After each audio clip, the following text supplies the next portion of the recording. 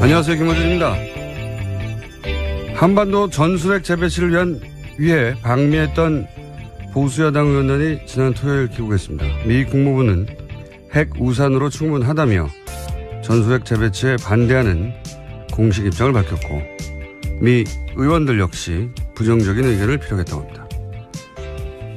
야당이 자신들의 요구를 미국에 직접 전달하는 외교적 노력은 그 자체로 평가받을 일이죠. 우리끼리만 떠들 게 아니라 그렇게 직접 만나야 합니다. 야당은 전술핵 재배치를 반대했던 문재인 정부에 대해 어이없는 안보관, 안보무능, 안보포기, 김정은의 기쁨조라고 연일 맹비난해왔습니다. 그럴 수 있습니다. 그럼 전술핵 재배치를 반대하는 미 정부에 대해서도 온갖 표현을 동원해 비판해야 앞뒤가 맞는 거 아닙니까? 전술핵 소유 당사자가 미국입니다. 전술핵 내놓으라고 때를 쓸 상대는 문재인 정부가 아니라 미국이에요. 혈맹국이 이렇게 원하는데 왜 안 주냐며 미 국무부 앞에서 하다못해 항의 성명이라도 내고 돌아와야 하는 거 아닙니까? 전술핵에 나라의 운명이 걸렸다면서 왜 정작 미국에 대해서는 아무 말 못합니까? 미 대사관 앞에 가서 주먹이라도 휘둘러야 하는 거죠. 예. 이 대사관이 어디인지 모르십니까? 광화문에 있습니다. 김호준의 안내였습니다. 어때요? 월요일인데? 네. 예, 괜찮습니다. 어떠신가요? 안 좋습니다. 네. 힘내십시오. 자, 오프닝을 해봤더니, 예, 오늘도 역시 한 두세 분 정도 발음이 꼬이는 것이 평상시와 똑같구나. 컨디션이 안 좋은 게. 자, 첫 번째 뉴스는 뭡니까? 네, 한미 양국 정상이 어제 전화통화를 했습니다. 북한이 지난 15일 미사일 도발을 감행한 결과를 규탄하는 대화를 나눴습니다. 양 정상은 또 유엔 안전보장이사회의 대북제재 결의안을 더 철저하게 이행하는 게 중요하다고 공유했습니다. 이번 통화는 문재인 대통령 취임 이후에 5번째이고요. 트럼프 대통령이 먼저 요청해서 성사됐다고 합니다. 먼저 전화한 건 처음이라고 하는데, 네. 이 관련해서 제가 어제 주말에 요새 제가 영화 무대 인사를 하느라고 바쁘거든요. 전수식 게임에.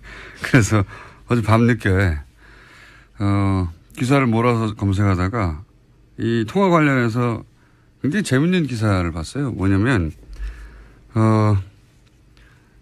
트럼프 대통령이 이제 트위터를 썼는데, 네, 뭐 그렇죠. 트위터를 쓴 건 뭐 하루 이틀이 아니고 하루에 한 언론의 보도에 의하면 평균 하루에 6개를 그렇게 써가지고 2시간마다 한 번씩 쓴다고 해요. 그러니까. 근데 요 통화 직후에 트위터를 썼어요 또. 그러면 우리 언론의 이제 취재 대상이 됐잖아요, 보통. 취재 대상이라보다는 중계 대상이 되는데 특이한 기사가 눈에 띄어가지고, 예. 긴 가스관이 북한의 형성 중이다, 유감이다, 이렇게 트위터를 썼다는 거예요. 그러면서 해설이 통화를 했는데 문재인 대통령이 러시아를 방문해서 한국, 북한, 러시아 가스관 사업 부상 이거 밝혔잖아요. 거기에 대해서 트럼프가 비판했다는 겁니다. 미국이 경제 제재하는데 한국이 북한 우방인 러시아와 협상하는 것을 트럼프가 싫어한다. 이런 해설과 함께. 똑같은 논조, 이게 이제 연합기사예요. 똑같은 논조 기사가 뉴시스에도 있더라고요. 그러니까 이 가스관 사업 부상에 대해서 트럼프가 유감이라고 했다. 그 이유는 똑같습니다. 한국이 러시아, 북한과 경제 협력하니까 트럼프가 못마땅해서라고 이렇게 표현했거든요. 이게 이제 그 조그마한 군소 인터넷 언론사가 아니라 한국을 대표하는 통신사예요. 연합과 뉴시스에서.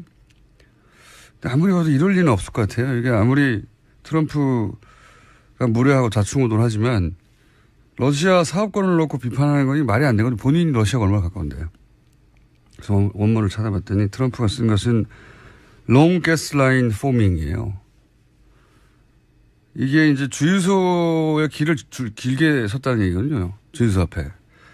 그러니까 미국에서는 휘발유, 그러니까 주유소 가스라고 가스 스테이션. 이게 미국 경제 제재로 북한이 물자가 부족하다는 표현이거든요. 일종의 비꼬는 표현인 네, 거죠. 그러니까 북한이 안 됐다라는. 그 주유소 앞에 북한 주민들이 줄을 길게 섰다는 표현인 겁니다. 그러면서 투 배드라고 했는데 이걸 우리 언론에서는 긴 가스관이 북한의 형성주기여서 유감이다.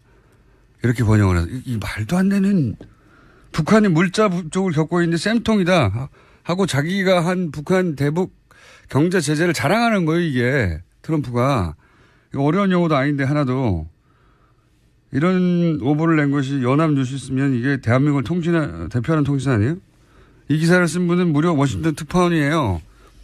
이 두 기사의 핵심 메시지는 미국의 대북 제재를 우리 한국의 문재인 정부는 러시아와 경제협력을 해가지고 협조하지 않아서 미국이 싫어한다. 한미동맹이 잘 안 되고 있다는 거예요. 말도 안 되는 기사입니다, 이거. 예, 그에 대해서 아침에 하태경 의원도 지적을 했는데요. 언론들이 문재인 대통령에게 사과해야 될 것 같다라고. 하태경 의원이 오역이라고 지적을 했습니다. 그런 지적을 했어요? 네. 비슷한 취지 이야기인데요. 오역이다라고 확실하게 이야기한 거죠. 아니, 영어를 잘하시나 봅니다. 아니, 영어를 잘하나 못하나의 차원이 아니라 미국 특파원을 할 정도로 이걸 모른다는 게 말이 안 되는 것 같은데. Long Gasline Forming. 저는 그래서 소위 말해서 이제 우리 언론들이 하도 자기들끼리 한미동맹이 잘 안 되고 있고 트럼프가 비판적이고 이렇게만 비판해온 기사를 오랫동안 써왔잖아요. 그래서 그런 맥락에서 그런 관점에서 눈에 띄는 겁니다, 이게. 참. 정말 이게 오버라고 봐야 될까요? 아니면 기본적으로 기자들이 이렇게 삐딱하고 왜곡된 시각으로 보고 있다고 봐야 될까요? 여하간 이럴 수도 있구나. 예. 싶었습니다. 이거는 제가 보기에는 크게 문제 삼을 정도예요. 네, 이번 트윗 같은 경우에는 지난 12일에 했던 대북 제재 결의안을 지칭하는 걸로 보는 게 맞다라는 해석이. 네? 그렇죠. 뭐라고요? 그러니까 말씀하신 바가 맞다고요. 네. 제 말이 맞아요. 네, 어려운 네. 영어가 아니에요. 네. 이거 그렇게 보니 그걸 한 통신사도 아니고 양대 통신사가 모두 만약 이 기사를 받아 쓴 언론사나 아니면 뭐 이 기사를 가지고 또 새로운 2차 기사를 만들어내는 곳들이 있을 거 아닙니까? 네. 이러면 또 이제 봐라 트럼프 비판했지 않냐. 응? 한미동맹 잘 안 되고 있어. 이런 얘기 하고 싶은 거거든요. 정말 바보들도 아니고. 하여튼 그런 기사가 있었어요. 하태경 의원이 이걸 새벽에 트윗을 했다고요? 네, 자신의 SNS에 오늘 오전에 올렸다고 합니다. 아직 오전이니까요. 아침에 올린 걸로 보입니다. 우리가 먼저 했어야 되는데. 자, 비슷한 시간으로 보입니다. 자, 이런 말도 안 되는 기사가 어젯밤에 있었습니다. 자, 관련해서 또 뉴스가 있습니까 혹시? 네, 미국 언론들이 북핵 위기를 풀어가는 트럼프식 방법에 대해서 문제 제기하고 있다라는 보도도 나오고 있습니다. 워싱턴 포스트 보도인데요. 트럼프 행정부가 엇갈린 메시지를 내서 동맹국들에게 미국의 의도가 제대로 전달되지 않는다라고 지적했다고 합니다. 어디서요? 어떤 언론에서? 예, 워싱턴 포스트입니다. 뉴스 공장을 듣는 것 같아요. 워싱턴 포스트에서. 자, 그런 얘기가 나올 수 있겠죠. 하도 왔다 갔다 하니까. 그게 문제가 아니고 저는 이 양대 통신사의 오보는 이게 크게 문제 삼을 정도라고 봐요. 이게, 문재인 정부를 비판할 거리가 없냐 하는 시각으로만 보지 않으면 절대 보이지 않을, 절대 하지 않을 실수라고 봅니다. 네, 길지 않은 트윗 멘션인데 민망한 오역을 한 거죠. 네, long gasline forming. 이걸 어떻게, 러시아란 단어는 하나도 안 나오거든요, 거기에. 예. 마음이 그렇게 먹어져 있으니까 이렇게 보이는 거죠. 자, 다음 뉴스는요? 네, 어제 문재인 대통령은 미국 출국을 앞두고 김명수 대법원장 후보자 인준과 관련해서 입장문을 냈습니다.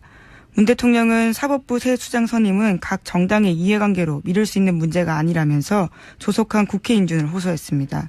또 그동안 국회와의 원활한 소통이 부족했던 것 같다면서 유엔 총회를 마치고 돌아오면 각 당 대표를 모시겠다고 제안했습니다. 대통령 입장에서 이렇게 말할 수밖에 없죠. 예. 지금 인준의 키는 국민의당이 지고 있는데, 예.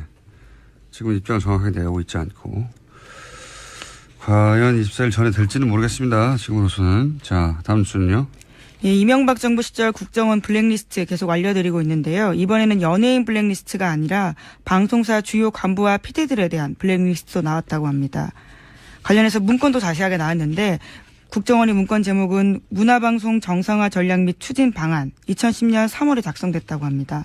이 내용을 보면 국정원은 좌편향 인물과 문제 프로그램 퇴출, 노조 무력화, 민영화로 이어지는 3단계 장악 시나리오를 짰다라고 한겨레 신문이 보도했습니다.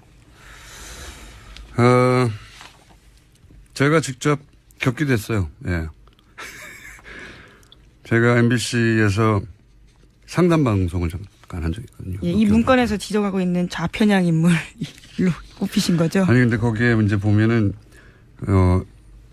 소위 PD, 예, 일선 기자, 어떻게 관리할 것인가 국정원에서 문건이 나왔다는 거잖아요. 제가 그 상담 방송을 진행하고 있었는데, 그 상담 방송 담당 PD가, 방송을 하던 도중에 갑자기, 딴 곳으로 보직 발령이 났습니다. PD 한 명이었는데.